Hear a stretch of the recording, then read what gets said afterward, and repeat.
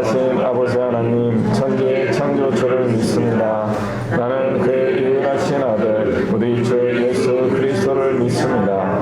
그는 성령으로 잉태되어 동정녀 마리아에게서 나시고 본디오 빌라도에게 고난을 받아 십자가에 못 박혀 죽으시고 장사된 지 4일 만에 죽은 자 가운데서 다시 살아나셨으며 하늘에 오르시어 전능하신 아버지 하나님 우편에 앉아 계시다가 거기로부터 살아있는 자 죽은 자를 심판하러 오십니다. 나는 성령을 믿으며 거룩한 공교회와 성도의 교제와 죄를 용서하는 것과 몸의 부활과 영생을 믿습니다. 아멘. 찬송가 78장 찬양하겠습니다.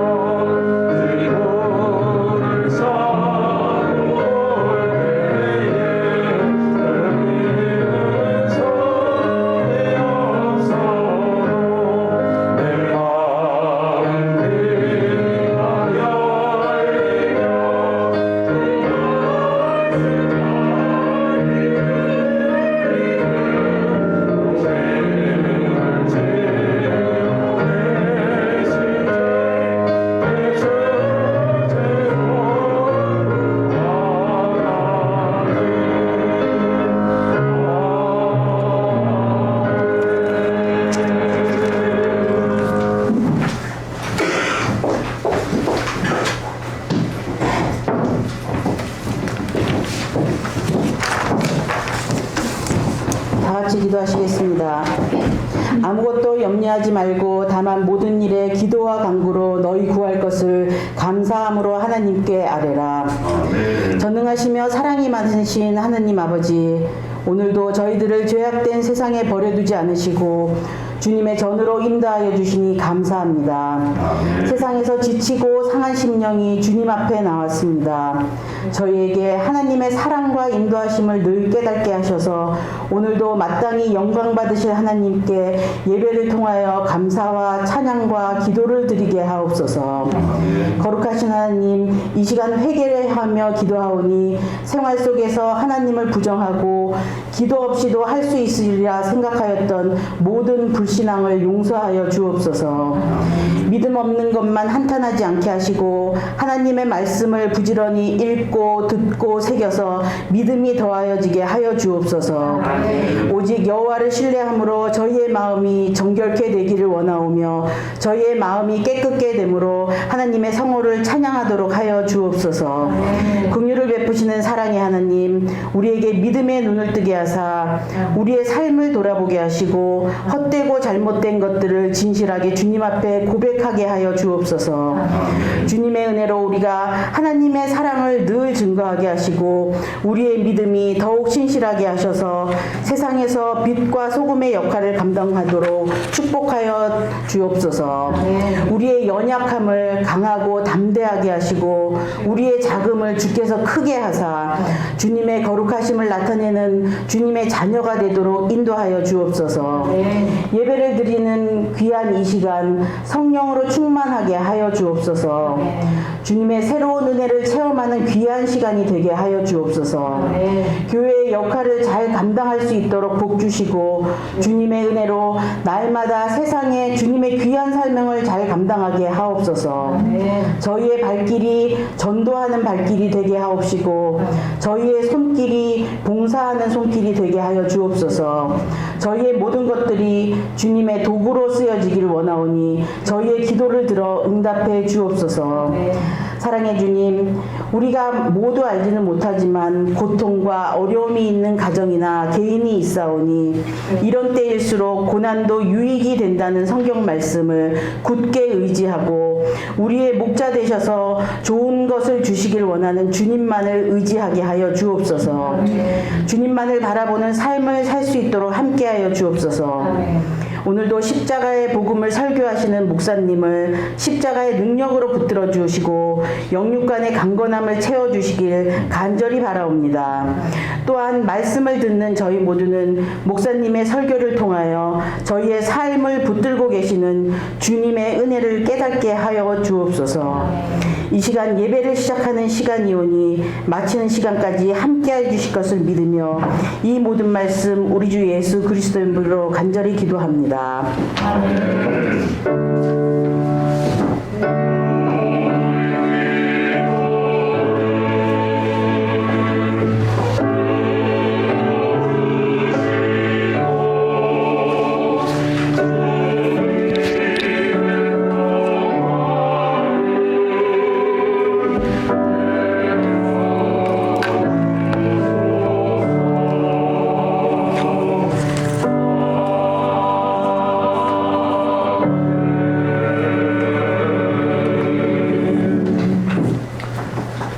이 시간에는 임직식을 거행하도록 하겠습니다. 우리 임직식 순서를 어디에 넣을 것인가 제가 이제 기도하고 고민도 좀 했습니다. 그래서 일반적으로 이제 뒷부분에 넣기도 하고 예배 후에 따로 시간을 내서 하기도 하고 원래는 이제 일부 예배를 끝나고 이제 특별 예배 때 다른 이제 임직 예배를 드리면서 또 이렇게 임직식을 하기도 하는데요. 제가 오늘은 기도하는 중에 두 갈식으로 해야 되겠다. 그래서 우리 주님 안에서 먼저 축하하고 함께 더 깊은 은혜 가운데로 나가면 좋겠다 하는 마음이 들었습니다. 그래서 우리 허신의 사모님 잠깐 앞으로 모시겠습니다.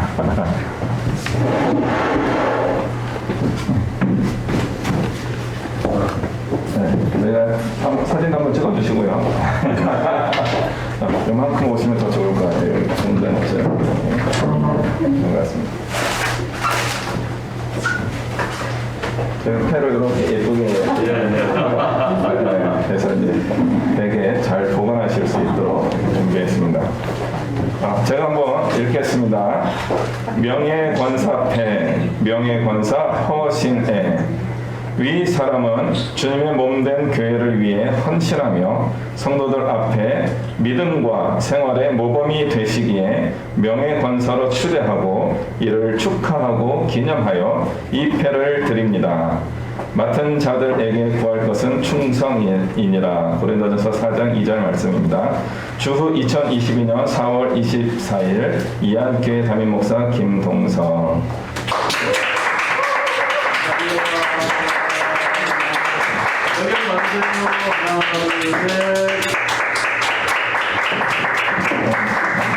네.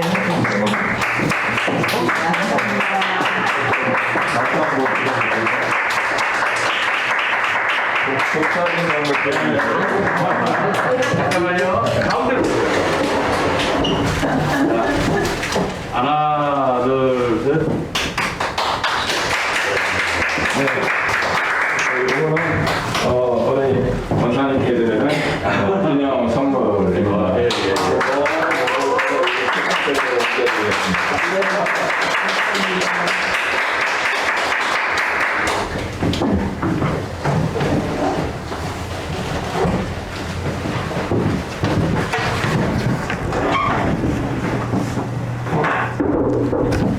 네, 참 기쁜 날입니다. 우리 허신의 사모님 이제 우리 이안교회 명예 권사로서 권사직분을 받으시고 더욱더 또 모범이 되시고 또 우리 성도들에게 좋은 영향력을 더 풍성하게 나누어 주실 줄을 믿습니다. 아멘. 다시 한번 격려의 박수 한번 드리겠습니다.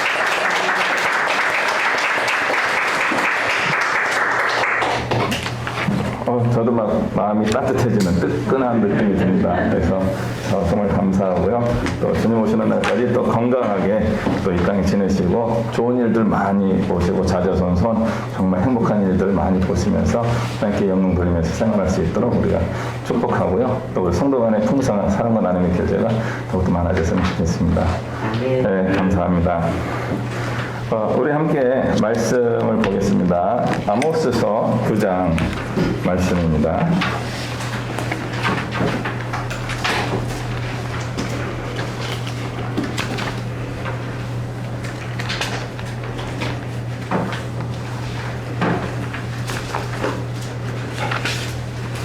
아모스서 9장 11절부터 15절까지의 말씀입니다. 교독하여 읽겠습니다. 제가 먼저 읽고 마지막 절 함께 또 읽도록 하겠습니다.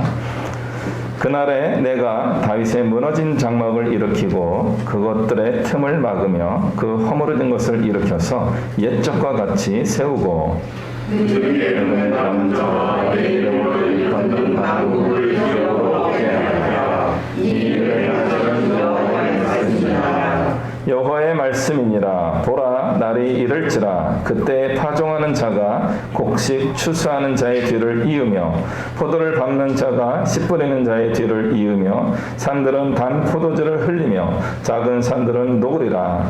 내가 내 백성 이스라엘이 사는 곳을 돌이키니 그들이 황폐한 성을 건축하여 거저하며 포도원들을 바꾸고 그 포도주를 마시며 과원들을 만들고 같이 읽습니다. 내가 그들의 땅에서 심으리니 그들이 내가 준 땅에서 다시 돋기지 아니하리라. 내 하나님 여호와의 말씀이니라. 아멘. 이제 노엘 찬양단 찬양 읽겠습니다.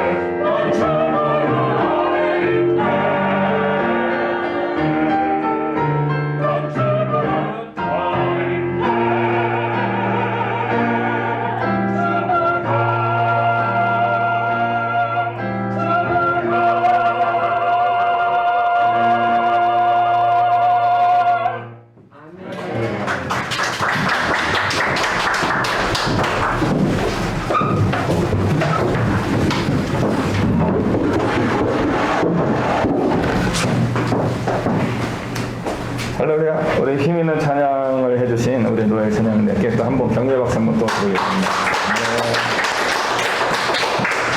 네. 예, 우리 예안교회는 지금도 좋고요. 앞으로 더 풍성한 은혜가 넘치는 복된 교회로 성장할 줄을 믿습니다. 오늘 말씀 제목이 그렇습니다. 그날이 오면.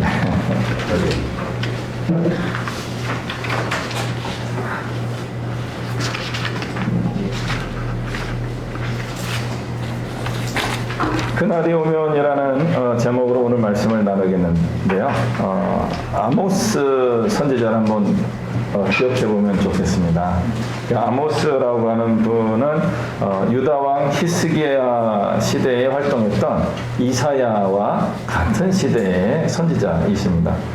그 시기에 활동하신 선지자가 우리 성경에 4명이 존재하죠. 이사야, 그리고 아모스, 그리고 호세아와 미가 이렇게 4분이 있습니다. 재미있게 두 분 또 나눠서 활동하십니다. 그래서 이사야와 아모스는 남쪽 유다 왕국에서 활동하시고요. 호세아와 이제 아모스는 북쪽 왕국에서 이제 활동하게 됩니다. 그리고 또 구분이 돼요. 남왕국에서 활동한 이사야와 미가는 이사야는 그러니까 표현이 좀 그렇게 잘못 들릴 수도 있지만 약간 어용 신학 선지자이십니다. 그래서 어용이라는 것은 임금이 고용했다 그런 뜻이고요.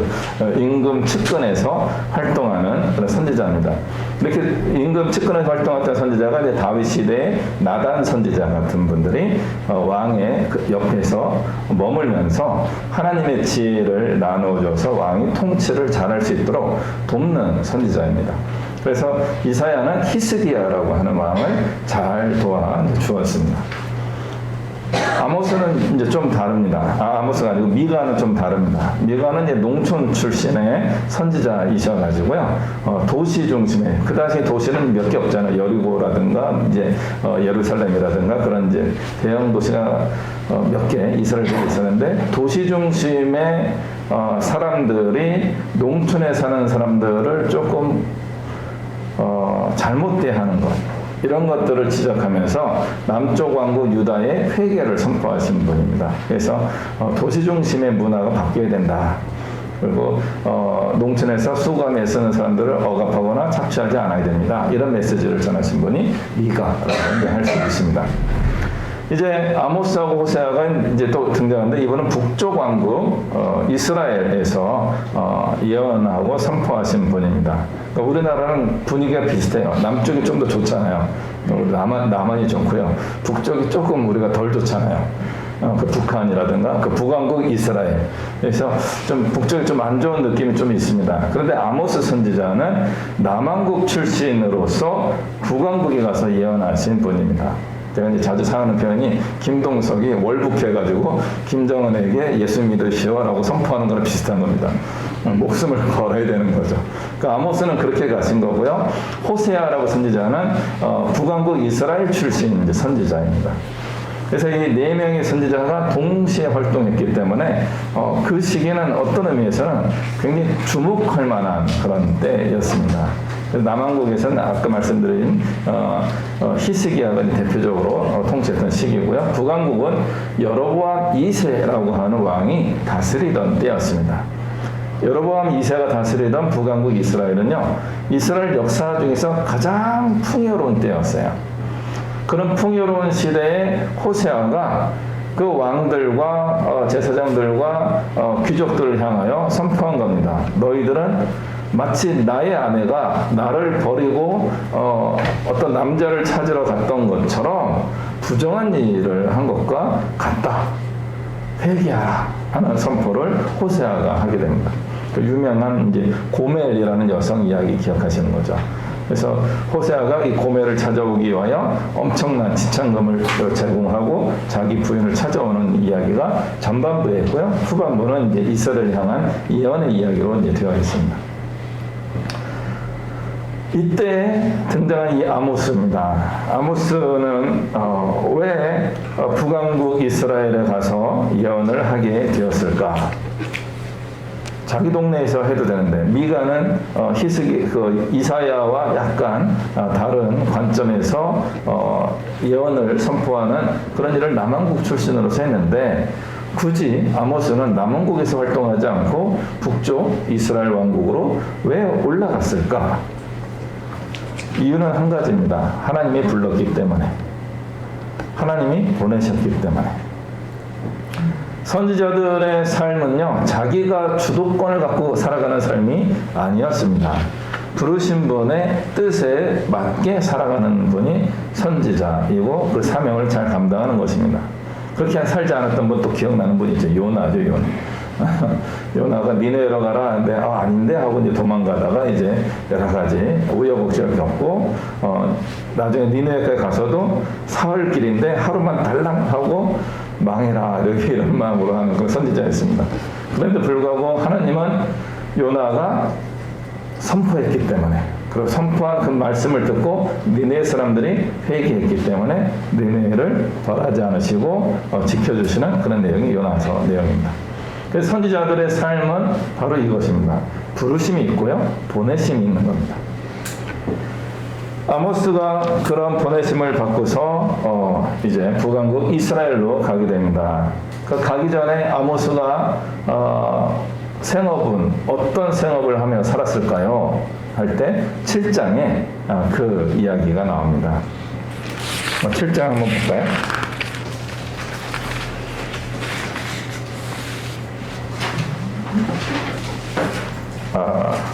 제 7장이라면 7장이 아니고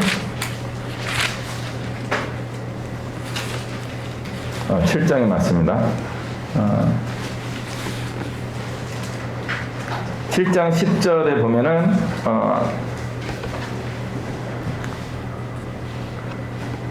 아마샤라고 하는 북왕국 이스라엘의 제사장이 야, 너 예언하지 마라. 하나님의 예언을 함부로 하면 안 돼. 하면서 반대를 하게 됩니다.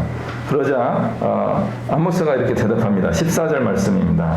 14절, 15절 말씀은 한번 같이 읽어보겠습니다. 시작. 아모스가 아마샤에게 대답하여 이르되 나는 선지자가 아니며 선지자의 아들도 아니라 나는 목자요 뽕나무를 재배하는 자로서 양떼를 따를 때 여호와께서 나를 데려다가 여호와께서 내게 이르시기를 가서 내 백성 이스라엘에게 예언하라 하셨나니. 예, 그래서 온 겁니다. 여기서 아모스가 어떻게 이야기하냐면 나는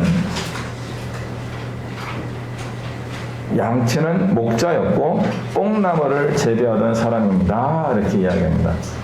그래서 이제 뽕나무라고 하는 이게 우리나라 뽕나무는 아닙니다. 이파리가 비슷한 돌무화과 나무라고 하는 겁니다. 이스라엘에 이제 야생에서 자라고 있는 품종에 그렇게 좋은 편은 아닌 무화과 나무를 이제 이르는 명칭이고요. 우리나라 제가 사진을 보니까 우리나라 뽕나무하고 이파리가 정말 비슷하게 생겼어요.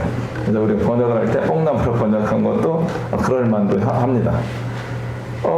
이 돌무화과 나무를 재배하고 양떼를 치는 목자였다는 거죠. 이분이 이야기해요. 나는 예언자도 아니고 예언자의 아들이라고 하는데 이거는 예언자의 어떤 교육을 받은 사람도 아니다 그런 뜻입니다. 예언자 학교가 있었습니다. 열왕기상 이렇게 보면 엘리사가 등장하는데 이분들이 학교를 운영하기로 했습니다. 특히 엘리사가 학교를 잘 운영했어요. 보통 우리가 선지학교라고 표현할 때 선지자들을 양성하는 그런 교육기관이 있었는데 대표적인 분이 엘리사였습니다. 그분들이 이제 하나님 말씀도 가르치고 예언하는 방법 이런 것도 그 교육을 통해서 습득했던 것 같습니다. 근데 아모스는 나는 그런 걸 배워본 적이 없습니다. 이렇게 이야기해요. 성경에서 나타난 이런 몇몇 분들, 미가라든가 아모스라든가 이런 분을 저희 신학적 학문적으로는 이렇게 표현합니다. 제야의 인사. 그러니까 역사의 어떤 주도적인 상황에 등장했던 분은 아닌데 은둔고수, 우리가 그런 표현을 하잖아요. 지방 어딘가에서 과거의 지방은 진짜 산골입니다. 시골, 꼴짝이에 들어가 사는 분입니다. 그런 분들이었는데 어느 날 하나님이 부르셔서 사역의 최전방에 등장하시는 분들입니다. 이분들의 특징은 한 가지예요. 하나님의 음성을 들었다. 하나님이 나에게 말씀하셔서 가라고 하셨기 때문에 나는 이 북왕국 이스라엘에 와서 예언을 하는 겁니다. 그러므로 나보고 예언을 하라 마라 그렇게 제지하지 마십시오 하고 어마어마한 저주의 메시지를 선포합니다. 17절 말씀이에요. 여호와께서 이와 같이 말씀하시기를 너의 아내는 창녀가 되고 너의 자녀들은 칼에 죽을 것이고 너의 땅이 다 쪼개져 가지고 많은 사람들이 빼앗아가게 될 것이다. 제사장에게 향한 저주의 메시지입니다. 보통 여러분은 저 같은 목사님 저주할 수 있겠어요? 벌 받아요. 그러나 하나님이 주신 엄격한 예언의 말씀을 받았으면 해도 되는 거예요. 그렇지 않으면 절대로 하지 않으려고 노력하셔야 되는 겁니다. 아마샤는 그렇게 망하게 됩니다. 이런 이야기가 예레미야도 나옵니다. 예레미야를 괴롭혔던 선지자들이 있어요. 막 목에 나무 그 멍에를 메고 오니까 그걸 부숴가지고 야 하나님이 이 멍에를 부숴서 우리 구원하신다 그랬더니 너 내년에 가기 전에 죽을 거야 해서 죽어요. 저주의 말씀이 임할 수 있습니다. 무엇 때문에요? 하나님이 선포하시는 계획을 방해했을 때. 아모스 때도 그렇고 방금 말씀드린 예레미야 때도 그렇고 거짓 예언자들, 거짓 제사장들이 그런 일을 굉장히 많이 했습니다. 그것이 선포될 때 자기들은 그걸 하고 싶지 않은 거죠. 백성들로부터 뭔가 내가 받으며 살아야 되는데 저런 식의 말씀을 전하면은 우리가 좀 손해를 보는데 하면서 아모스에게 예언하지 말 것을 강력하게 권하고 있는 겁니다. 일종의 협박이죠. 그러나 아모스는 그럴 수가 없었습니다. 북왕국 이스라엘이라고 하는 그런 나라에서 목숨을 걸고 예언하며 선포하고 있었던 겁니다. 그래서 이 상황에서 이분은 최대한 자기의 부르심을 향하여 하나님의 마음을 흡족하게 해드리기 위하여 힘을 다하여 예언하게 되었습니다. 우리는 여기서 어떤 힌트를 볼 수 있느냐 하면요. 자기가 이야기하죠. 나는 전문적으로 예언하는 사람은 아니었습니다만은 하나님이 보내셔서 지금 온 것입니다. 그렇다면 하나님을 섬기는 예언에 대해 우리가 힌트를 얻는 겁니다. 하나는 전문가적 사역을 하는 것입니다. 또 하나는 나의 전문은 이것인데 하나님이 시키셔서 비전문가적 사역에도 참여할 수 있어야 한다는 겁니다. 어느 것이 더 좋겠습니까? 전문가적 사역을 하는 게 좋겠습니까? 비전문가이지만 부르심을 따라 사역하는 게 좋겠습니까? 가장 이상적인 건 내가 잘하는 것을 부름받아서 사명을 감당할 때 가장 좋을 것 같습니다. 근데 실제로 그런 일이 이루어지는 사역자들도 계시지만 제 개인적 경험에 의하면 자기의 전공과 전문가적 능력과 상관없이 부름받을 때가 훨씬 많은 것 같습니다.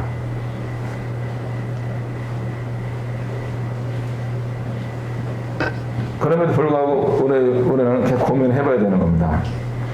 내가 잘하는 전문가적 사역을 통하여 하나님을 섬기고 또는 비전문가적이지만 내가 부르심을 따라 하나님을 섬길 때 이 둘 다 좋은 겁니다. 어느 거 이도와 그 둘 중에 하나를 선택해야 되는 상황은 아닙니다. 조건은 하나님이 부르심에 맞추어서 살아가면 되는 겁니다. 둘 다 훌륭한 것입니다. 문제는 우리가 인위적으로 한쪽을 선택할 때 문제가 되는 것입니다. 나의 전문가적 사역을 가지고 교회 일을 열심히 하려고 할 때 그것도 한편으로 잘하는 거지만 인위적일 때 문제가 되는 겁니다.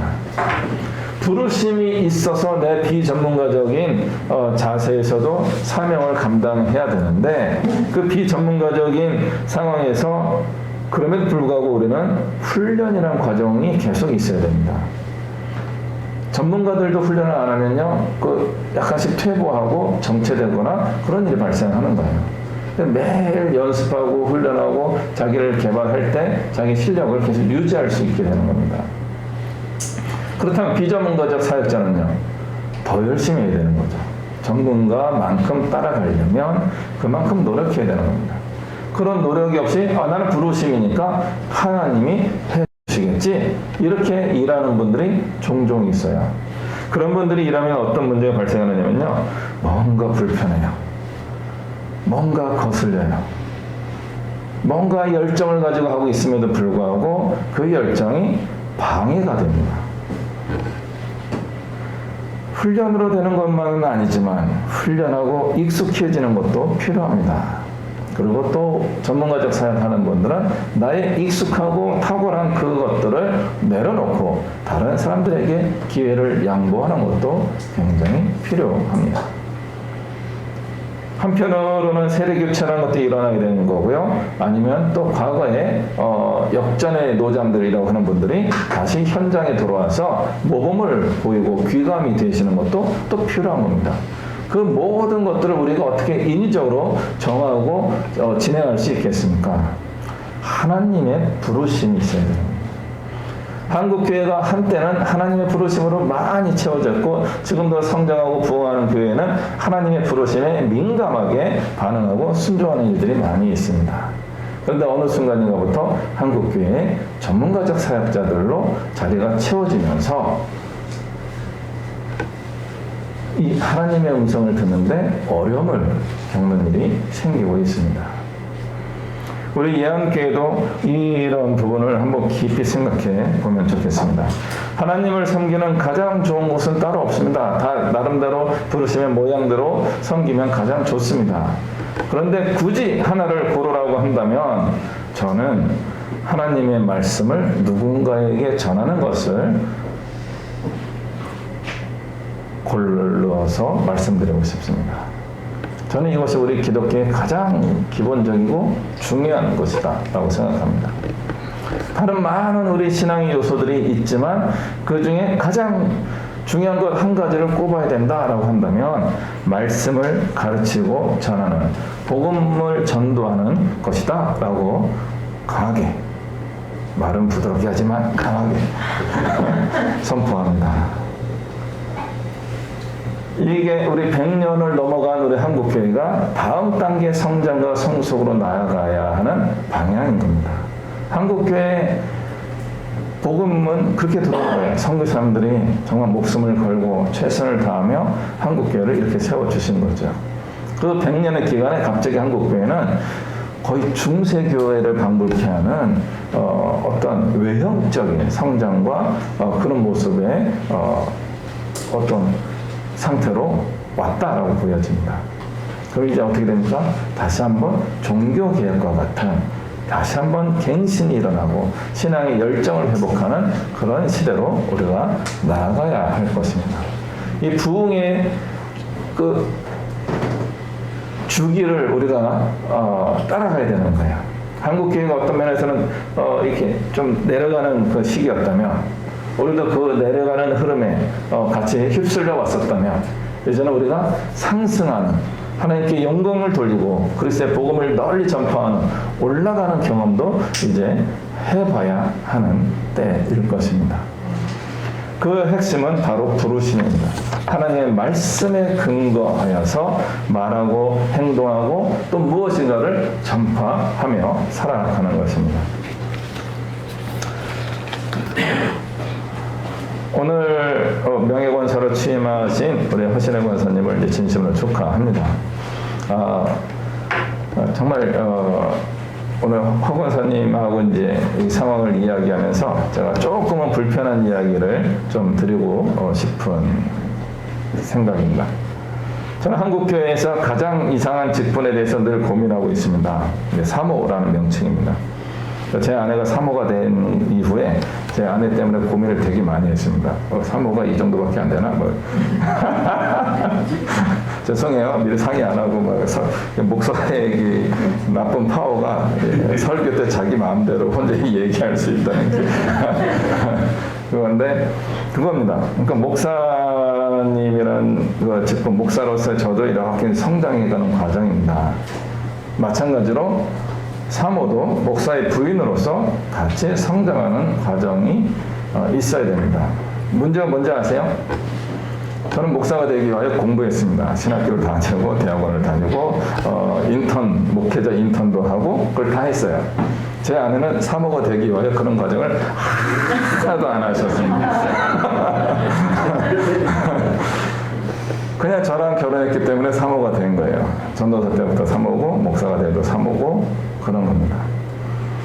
그 사모라는 위치가 원래는요, 과거에 고대에 한 100년 이전인가 스승님의 부인을 일컫는 명칭이 사모예요. 그러니까 스승님의 부인을 우리가 함부로 대할 수 없잖아요. 그래서 스승님만큼 같은 급으로 존중하고 부르는 명칭이 사모였습니다. 좋은 문화고 좋은 전통이었습니다. 언제요? 과거에요. 어떤 때요? 여성들의 인권이 높지 않았을 때요. 그래서 적어도 스승님의 부인만큼은 다른 여성들보다는 존중하는 문화가 있는 것이었고요. 굉장히 좋은 전통이었던 겁니다. 현대는요, 회장님 부인을 사모님이라고 그래요. 사장님 부인, 회장님 부인 이런 분들이 사모님 해가지고 김기사 운전에 이런 그 코미디가 나올 정도로 그런 명칭으로 바뀐 거예요. 근데 저는 제 아내가 사모라고 불릴 때 너무나 불편한 거예요. 회장님, 사모님 느낌 자꾸 들어가지고. 사회적 무리를 많이 일으키는 그런 분들하고 명칭이 똑같잖아요. 목회자 부인하고 이제 그런 신문에 나오는 그런 사모님하고 똑같이 둘 다 사모님이에요. 제가 볼 때 좋은 명칭이 아니라고 자꾸 생각이 드는 겁니다. 그래서 어떻게 할까 고민을 하다가 거의 한 25년 만에 제 아내가 이제 대학원을 공부하시고 목사가 되셨어요. 같은 급이 된 거죠. 저분도 신학을 공부하고 약간 인턴십을 거치고 목사 안수를 받아서 된 겁니다. 저는 그게 너무나 좀 좋습니다. 제 아내는 어떤지 모르겠지만 저는 그게 좋아요. 저는 오늘 우리 허신의 사모님이 우리 예암교회의 권사님이 되신 게 너무 좋은 거예요. 뭐가 좋으냐면 본인의 이름에 맞는 직함이 생긴 거예요. 이 교회 안에서 이런 직분은 의미가 있는 겁니다. 이 권사라는 것이요, 그냥 생긴 명칭이 아니에요. 우리 한국 교회에만 존재하는 직분이 권사입니다. 특히 여성들, 또 감리교회에서는 남성도 들어가긴 하지만 여성을 향한 직분이에요. 왜 여성들에게 주는 직분이었을까요? 여자들이 이걸 많이 해서 그래요. 권사를 많이 해서가 아니고요, 권하다 권자예요. 그리고 사자가 사실은 어자였습니다. 권서인이었습니다. 권서인이 누구냐면요, 한국 교회에 복음을 전파하러 오신 선교사님들이 성경책을 팔았어요. 지금 성경책 막 선물로도 주고 막 나눠주고 그러잖아요. 그거 한편으로는 좋지만 성경은 사야 되는 겁니다. 내가 내 마음과 정성을 내서 나의 생명의 말씀을 내가 구매해야 되는 거예요. 한국의 초대교회 100년 전에 한국교회의 중요한 역할 중에 하나가 성경을 파는 거예요. 예수 믿으세요? 성경을 따세요. 예수 안 믿을까요? 일단 성경 사서 읽어보세요. 이걸 하신 분들이 권서인이에요. 책을 권하러 다니신 분이에요. 이분들이 한국교회 부흥의 원동력이었습니다. 일제시대 때 그리스도의 복음을 가지고 하나님의 은혜에 감동하여서 책 팔러 다니신 분이에요. 그게 권서인이고, 그 권서인이라는 직분이 교회 안에서 정착한 게 권사라는 직분으로 저희가 보고 있습니다. 이게 교회 사학적으로 그렇게 우리가 살펴보고 있습니다. 그러면요, 권사라는 직분은 뭐예요? 복음을 권하는 사람이에요. 교회 안에서 다른 사람에게 권면하고 카운셀링도 해주고 상담도 해주고 그 모든 것을 하나님의 말씀으로 잘 이끌어가는 분이 권사 직분인 거예요. 우리 허신의 권사님이 우리 예암교회에서 앞으로 지금까지도 그 일을 잘 해오셨는데요, 이제 걸맞는 직분을 가지고 당당하게 그 이름을 잘 사용하시면 좋겠다는 겁니다. 먼저 권사 직분을 맡으신 우리 김지영 권사님이나 김혜경 권사님도 똑같은 거예요. 권하는 직분인 거예요. 복음을 이야기하고 하나님의 뜻을 선포하며 살아가는 교회의 중요한 역할을 맡으신 분들이 권사인 거죠. 사실은 저는 권사라는 명칭보다는 교회 이제 어른들 엘더로 올라가야 된다, 어른으로 올라가야 된다 해서 우리 여성 장로, 남성 장로, 이 부분 장로들도 좀 많아져야 된다라고 저는 그렇게 보는 입장입니다. 장로라는 직분도 그런 부분이 있습니다. 엘더예요. 일단 기본적으로는 나이가 많아서 엘더입니다. 고대 사회에서는 이제 수명이 좀 짧았으니까 한 45세 이상 되면은 대부분 엘더에 들어가게 됩니다. 그래서 45세 이상의 장로 직분을 맡으실 분들도 그런 분들이. 그 장로들은 교회의 기둥과 같은 분입니다. 그래서 바울의 가르침에 나오는데, 베드로의 서신에 나오는 건데, 가르치기를 잘하는 장로는 배나 존경을 받아야 된다. 이게 기독교입니다. 엘더는요, 많아요. 나이 많으면 다 엘더예요. 장자가 긴 장자, 나이 많은 장자예요. 그러니까 뒤에 뭐 늙을로 와요. 나이 먹어서 길게 늙은 게 장로예요. 그런데 그냥 나이를 단순히 먹었다는 뜻이 아니고 어른으로서 존경받는 분이 엘더고 장로가 되는 겁니다. 그리고 그런 분들은 교회의 기둥이고 교회에서 존경받는 분이고요. 그런 장로들 중에서 가장 존경받아야 되는 분들이 누구냐면 가르치기를 잘하는 장로입니다. 그런 면에서 저도 이제 목회자도 장로에 들어가는 겁니다. 같은 엘더예요. 그래서 한국 교회를 잘 이끌어가는 분들은 엘더가 되어야 하는 겁니다. 그래서 교회 안에서 교회를 기둥과 같이 잘 지키고 이제 교회를 더욱더 하나님 말씀 안에 든든히 서갈 수 있게 해주는 것입니다. 한 아내의 남편, 한 남편의 아내로서 불려지는 것도 좋은 겁니다. 근데 지금 나이가 들었는데 누구네 엄마 이렇게 부르면 좋으시겠어요? 내가 그 아들, 딸을 사랑하고 내가 낳은 아들, 딸이지만 계속 나를 누구네 엄마로 부르는 것이 그렇게 좋은 건 아닌 겁니다. 누구누구씨라고 부르는 게 훨씬 나은 겁니다. 우리에게 이름이 있는 이유는 우리의 정체성이기 때문에 그렇습니다. 제가 최근에 보는 넷플릭스 드라마 미드를 하나 최근 보고 있어요. 타임리스라고 하는 SF 드라마입니다. 보신 분 계세요? SF 별로 안 좋아하시죠? 저는 이제 좋아해요. 과거로 가서 과거의 시대를 막 바꾸는 내용이죠. 황당한 내용입니다. 저는 재밌어서 보지만 여러분 에이 이게 말이 돼? 하고 안 보실 수도 있는 그런 드라마입니다. 근데 이게 SF인데도요, 거기에 흘러가는 주제가 한 두세 가지가 있습니다. 하나는, 민주주의에 대한 이야기가 거기 나와요. 그 타임리스라고 하는 그 SF 드라마에. 두 번째는 인종차별의 이야기가 거기 나와요. 흑인과 백인, 그런 인종차별의 이야기가 그 과거에 그걸, 변화시킬 수 있는 주체들이 있었는데 그 주체들을 제거하려고 하는 팀이 있고 어떻게든 그 역사를 지키려고 하는 사람들이 있어서 이걸 갈등하는 그런 드라마입니다. 세 번째 주제가 뭐냐면 여성의 인권의 문제를 이 드라마에서 다루고 있습니다. 미국이란 나라가 민주주의의 대명사인 나라죠. 여성들의 인권은 언제부터 강력하게 존중받으면서 여성의 사회적 참여가 일어났을까요? 미국의 경우. 남의 나라 별로 관심 없으시죠.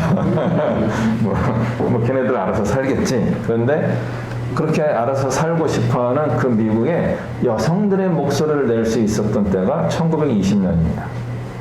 여성들의 투표권이 헌법으로서 법으로서 보장되는 때가 1920년입니다.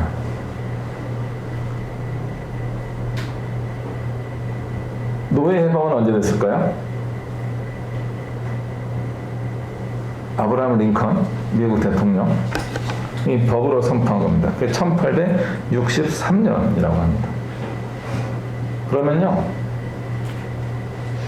63이니까 한 40년 정도, 40년이 아니죠. 40 플러스 20, 60년 정도 여성들이 흑인 남자만도 못한 법적인 대우를 받았어요. 실제적으로는 백인 여성들이 좀 더 우월한 흑인 남성들보다 훨씬 우월한 포지션을 가지면서 사회적 아브라함 링컨 이후로 흑인에 대한 자유가 많이 주어지긴 했지만 그럼에도 불구하고 백인 여성이 훨씬 기득권을 많이 가지고 있었습니다. 그러나 법적으로는요 1920년까지 흑인 남자는 투표하는데 백인 여자는 투표를 못했어요. 그게 미국이에요. 우리보다 앞서가지만 아주 많이 앞서간 나라는 아닙니다. 지금으로부터 딱 100년 전에 있었던 일입니다. 100년 전에 미국도 다른 건 몰라도 여성들에 대해서는 그렇게 훌륭한 나라가 아니었습니다. 그걸 바꾸기 위해서 노력한 앞서간 여성들이 있었기 때문에 이 드라마에 나오는 장면이 뭐냐면요. 대통령 앞에서 연설하는 그 획기적인 그 상황에 경찰들이 시위하는 여성들을 곤봉으로 때려 진압하는 장면이 나와요. 여자들이 데모하면은 남자 경찰들이, 미국 사람들 덩치도 크잖아요. 경찰들은요. 그 덩치 큰 경찰들이 여성들을 곤봉으로 때리면서 시위 진압하고 감옥으로 다 잡혀가던 나라가 100년 전 미국이었습니다. 1920년 이전에. 여성이 주체인가 하는 문제는 우리 대한민국에서도 진행 중입니다. 과연 우리 시대 성경에서는 2000년 전, 4000년 전의 이야기이기 때문에 여성들보다는 남성 중심으로 기록된 면이 훨씬 많이 있습니다. 그러나 2022년 우리 현대를 살아가고 있는 우리 그리스도인들은 이 시대에 여성 문제에 대하여 어떻게 참여할 수 있을까요? 하나님은 이 부분에 대해서 어떤 메시지를 우리에게 주고 계십니까? 이것을 가지고 나아가서 아모스처럼, 요즘은 이게 페미니즘이라고, 페미라고 하죠. 그런 거 잘못 얘기하면 이쪽 얘기하면 이쪽은 지지하지만 이쪽은 뭐라고 욕하고, 이쪽에 거기서 맞추면 또 이쪽이 욕하고, 어떤 말을 해도 욕먹는 그런 시대이긴 하지만, 그럼에도 불구하고 하나님의 마음을 가지고 이것을 이야기할 수 있는 여성들 혹은 남성들은 누가 있습니까? 여기에 들어있는 키워드는 한 가지예요. 인권이에요. 하나님이 주신, 우리 인간에게 부여하여 주신 그 인권이라는 그 권리를 우리는 어떻게 서로 존중하고 서로 지켜주고 서로 세워줄 것인가? 남성과 여성의 대립으로 볼 수 있는 건 아닙니다. 여성주의에 대해서 찬성하고 지지하는 분도 있지만 중립적인 분도 계시고요. 어떤 분들은요, 여자들이 그렇게 하는 건 아니지 하고 반대하는 여성들도 있어요. 다 맞고 다 틀린 겁니다. 그래서 우리는 하나님의 마음이 어떠하실까라고 하는 부분을 깊이 생각해 봐야 됩니다. 그런 분들이 아모스처럼 부르심을 받을 가능성이 있습니다. 아모스가 갑자기 양치다가 불려갔을 거다라고 우리 신학자들은 그렇게 해석하지 않습니다. 그래서 제야의 인사라고 보는 거예요. 양치면서 뽕나무를 경작하면서 계속 이 시대에 하나님의 마음은 어떤 마음일까 고민하다가, 그런 고민 중에 있는 그 아모스에게 하나님이 임재하신 겁니다. 하나님이 말씀하신 겁니다. 그러니까 떠나서 복음을 전하러 생명을 걸어줄 수 있었던 겁니다. 아무나 하나님의 일에 부르심을 받는 것이 아닙니다. 제가 이제 사용한 표현인데 호모사피엔스만 됩니다. 생각하는 사람만. 생각이 있는 사람을 하나님이 부르시지 아무 생각 없는 사람을 부르시겠습니까? 가끔은 아무 생각 없는 사람 부르기도 하십니다. 서로 난처해요. 하나님도 난처하고 나는 너를 꼭 쓰고 싶은데 전 아무 생각이 없는데요. 그럼에도 불구하고 하나님은 쓰셔요. 그 사람을 어떻게 해요? 연단을 통하여서 단련하고 훈련해서 쓰십니다. 그럼 하나님 쓰실 때 조금 더 하나님 마음에 편하게 쓰시려면 어떻게 되겠어요? 우리가 생각하는 사람이 되어야 됩니다. 과연 하나님의 마음은 어떠실까? 2022년도에 우리 사회에 굉장히 많은 문제와 사건들이 있는데 우리가 다 그걸 일일이 다 해결할 수 있는 사람들이 아닙니다. 그러나 주님 오시는 그날까지 한 가지 정도 나의 부르심에 맞추어서 하나님이 보내시는 그곳에서 사명을 감당한다면 충성된 종아 잘했구나 칭찬받는 사람이 될 것입니다.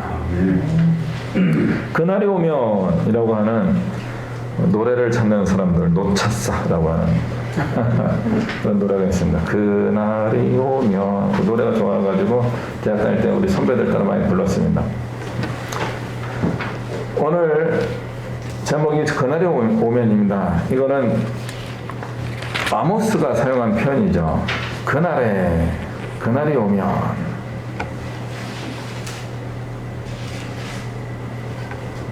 민주화를 꿈꿨던 이 문승현이라는 분이 한 몇 년 전에 인터뷰한 경향신문인가 거기 인터뷰한 내용이라고 합니다.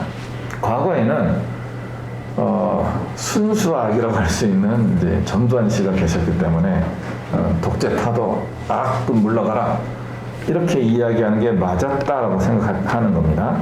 그런데 요즘 시대에는 절대악, 전두환, 악한 사람 물러가라 할 때 우리 시대 정신에 적절하지 않다라고 이야기합니다. 그래서 그건 뭐라고 이야기하면 미추의 개념으로 이야기된다. 전두환은 추하다라고 이야기하면서 우리 시대를 이야기할 때 조금 더 우리가 감성적으로 더 공감되지 않겠는가. 저는 그 표현 보고 놀랐어요. 야, 운동권이 이런 말을 하네. 옛날에는 선과 악의 대립으로 보면서 싸운 겁니다. 근데 우리 시대는 아름다움과 추함으로 우리 시대를 다시 볼 필요가 있다라고 이야기하는 겁니다. 우리 시대가 아름다워져야 되는 겁니다. 그리고 추한 것들을 제거하고 추한 것들을 아름다움으로 바꾸어가는 그런 일들이 있어야 되는 겁니다. 이거는 우리 시대는 그래서 어떤 시대예요? 예술가들의 시대. 전문적으로 예술을 하는 분들뿐만 아니라 그걸 향유하는 모든 사람들이 다 예술가의 시대인 거예요. 예술을 표현하는 분과 그 표현을 같이 감상할 수 있는 분들이 함께 가는 시대가 된 겁니다. 정말 그날이 온 거예요. 우리나라가 이런 나라가 될 줄은 몰랐어요. 한 10년 전에 서강대학교에서 우리 박근혜 정권 막 등장하고 할 때 복지 이야기가 나왔습니다.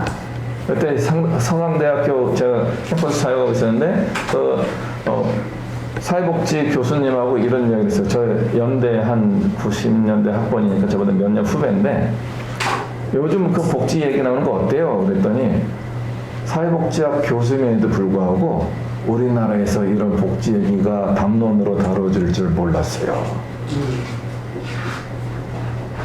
시대가 바뀐 겁니다.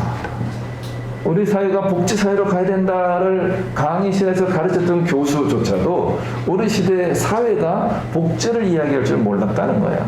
그런데 그 시대가 왔습니다. 그날이 왔습니다. 그러면 우리는 또 어떤 날을 꿈꿀 수 있어야 되니까 기독교적인 그날을 꿈꿔야 되는 겁니다.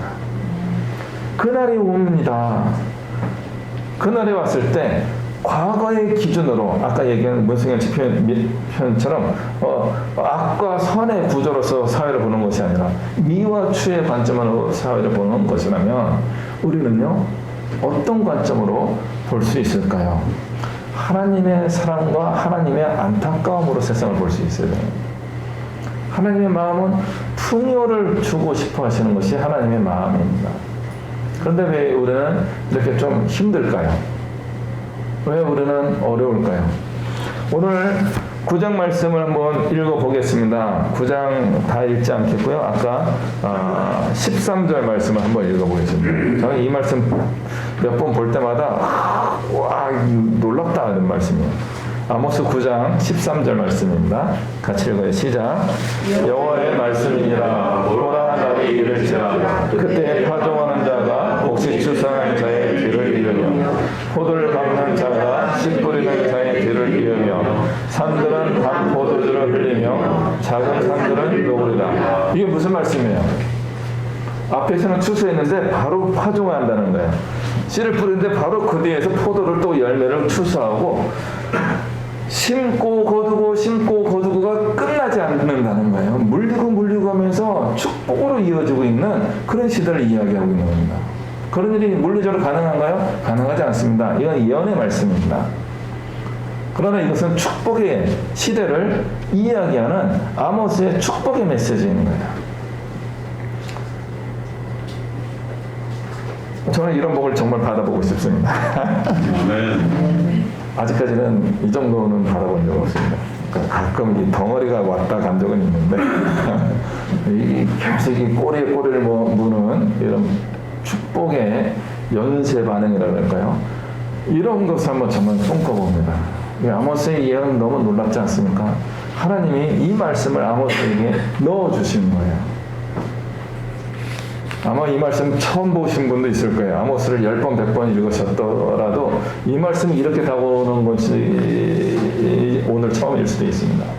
어떻게 이런 일이 일어날 수 있습니까? 추수하는데 바로 씨를 뿌리고 그 사람 씨 뿌린 사람 따라가서 또 추수하고 심으면 열고 열리면 따면 또 심고 내가 심는 것마다 복받는 그런 시대가 펼쳐질 것이다 하는 예언입니다. 조건은 한 가지입니다. 하나님의 뜻대로 살아가는 것입니다. 다시 모범답안으로 돌아가면 늘 힘들어지는 거죠. 하나님의 뜻대로. 왜 그게 힘듭니까? 내 뜻이 있기 때문에 그래요. 하나님의 뜻보다는 내 뜻대로 살고 싶기 때문에 그렇습니다. 그날이 오면은 이런 복의 날로 바뀌게 되는데 자꾸 우리는 그날을 저기 어디에 있는 그날로 생각할 때가 많이 있습니다. 그게 제논의 역설이라는 겁니다. 제논의 역설이 뭔지 아세요? 아킬레스와 거북이의 경주입니다. 아킬레스가 100m 달리기를 하는데 거북이는 50m에서 출발하는 거예요. 속도가 한 2분의 1 속도입니다. 거북이가 아킬레스보다 2분의 1 속도 늦어요. 10분의 1까지 볼 수 있어요. 그래서 아무튼 50m까지 오면은 거북이는 한 25m 전진하는 거죠. 그리고 다시 25m 따라가게 되면은 거북이는 또 이렇게 앞으로 전진해서 아킬레스보다 늘 반발짝 앞서가는 그런 상태에 있는데 과연 아킬레스가 거북이를 이길 수 있겠는가? 우리 머릿속에는 이길 수 있다 그러는데 지금 논리적인 문제에서는 이게 어렵겠는데 이렇게 되는 거예요. 이게 피타고라스와 대립하고 있었던 이 제논이 했던 철학적인 이게 문제 제기입니다. 그 당시에 이 모순을 풀어낸 사람이 없는 거죠. 현대 과학에서 수학에서는 이 부분을 어떻게 설명하냐면 시간을 계산하지 않았다 이렇게 본 겁니다.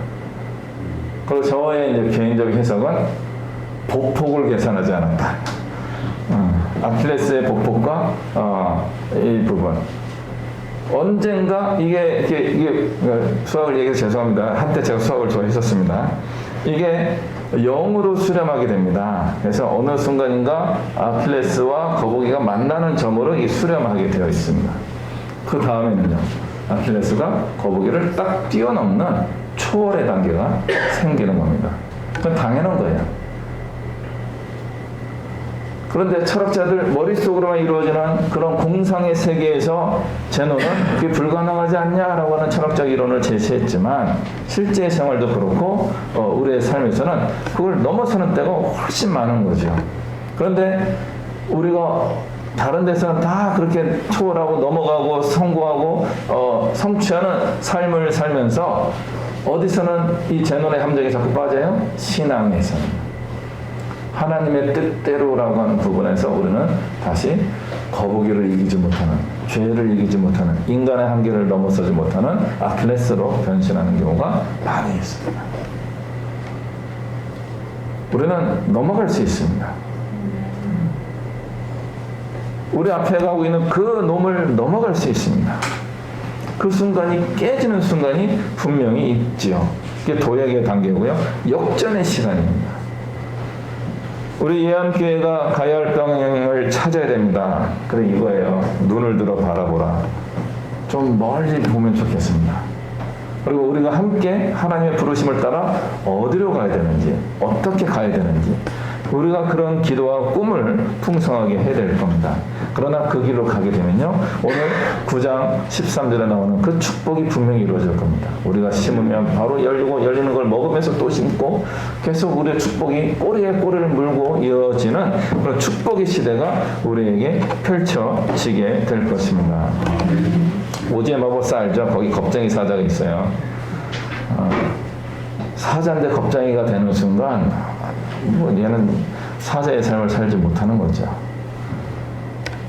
용기를 얻어야 되는데 용기를 주겠다는데도 도망가는 게 이 겁쟁이 사자의 수준입니다. 하나님이 우리를 바라보실 때 오지의 마법사에 나오는 겁쟁이 사자처럼 우리가 살아가는지 모르겠습니다. 하나님이 우리에게 힘을 더해주시면은 우리는 정말 용맹한 장수처럼 되어서 하나님과 동행하며 하나님의 뜻을 이루어가는 사람이 될 것입니다. 한 말씀만 드리고 이 말씀 마무리하겠습니다. 아모스에서 가장 유명한 구절은 무엇입니까? 오직 정의를 물같이 공의를 강물같이 흘릴지로다 이 말씀이에요. 그게 아모스에 나오는 겁니다. 하나님의 정의를 추구하는 것입니다. 예수님이 가르쳐 주신 믿음으로 의롭게 된다라고 하는 그 우리 기독교 신앙을 아모스도 똑같이 이야기하고 있는 겁니다. 다음에 잘 해보자라고 하는 그런 선한 마음이 우리 안에 있습니다. 그건 좋은 마음이 아닙니다. 다음에 해보는 것이 아니라 오늘 해야 되는 겁니다. 하나님의 의로움과 하나님의 정의를 지금 해봐야 되는 겁니다. 선을 행할 수 있을 때 행하지 않는 것이 죄일 수 있습니다. 다음으로 미루지 않고 지금도 적극적인 선을 추구하며 살아가는 우리에게 그날은 멀리 있는 그날이 아니라 이미 이루어지고 있는 지금 우리가 경험하는 그날이 될 줄로 믿습니다. 이 아모스가 이해하는 축복의 말씀이 우리 모든 믿음의 성도님들에게 이루어지기를 주님의 이름으로 축복합니다. 우리 이 시간에 같이 또 한 마음으로 함께 기도하는 시간 갖도록 하겠습니다. 하나님, 나에게 말씀하여 주시고 나에게 말씀하신 그것을 따라갈 수 있도록 나에게 새 힘을 부어주시고 또 축복의 길로 인도하여 주옵소서. 이렇게 하나님의 은혜를 구하며 우리 한 1분 정도 한 마음으로 기도하겠습니다.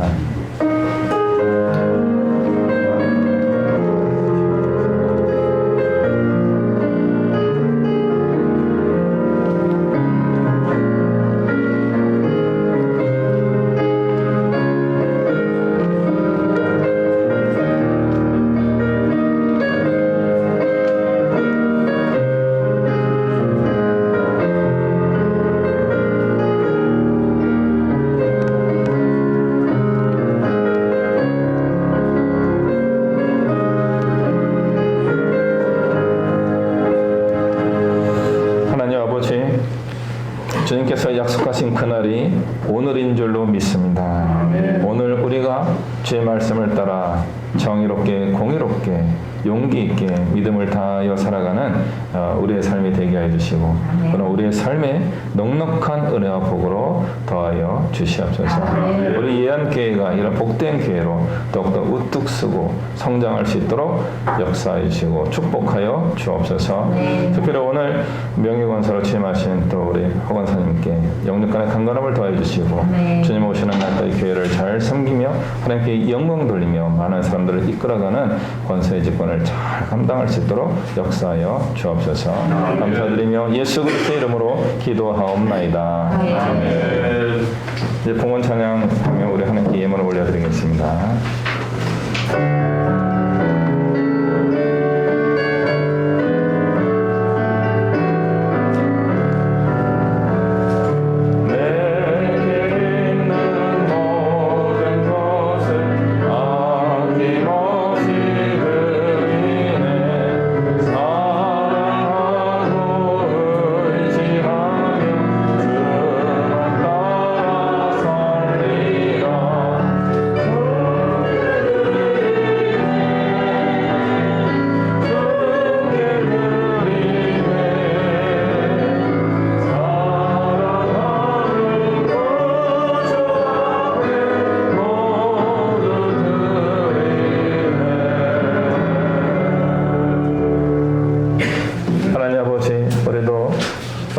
하나님의 부르심을 따라 살아가는 것에 늘 감사하며 주님 주신 은혜에 기뻐하며 우리의 마음과 정성을 담아 구별된 예물을 주 앞에 올려드립니다.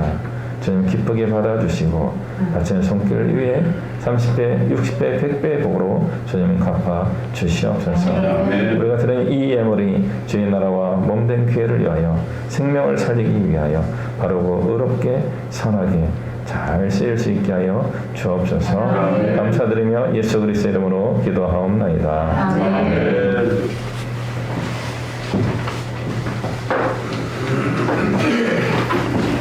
네, 교회 소식 전해드립니다. 오늘 축하를 꼭 해드렸는데 아무튼 우리 권사 임직하신 우리 허 권사님께 다시 한번 주님 안에서 축하하고 축복합니다.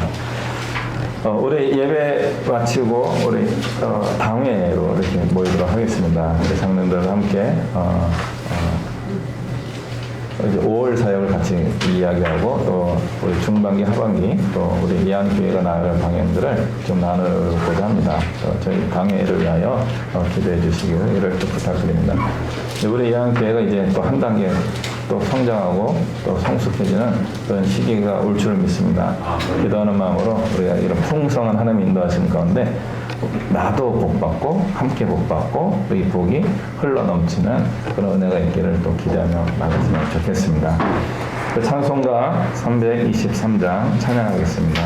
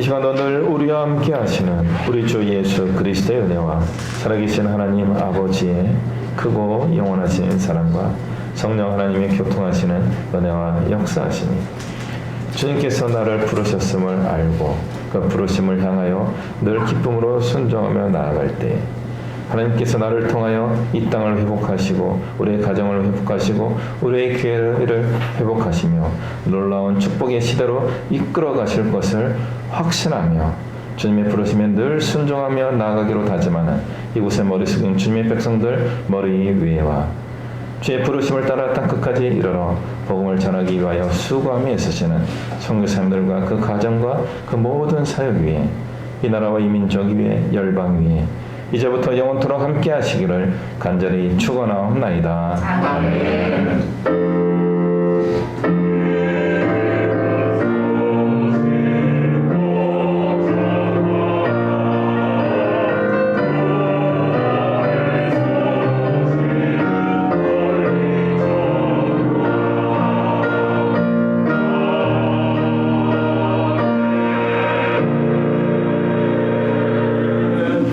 우리 하나님께 감사 박수 한번 올려드립니다.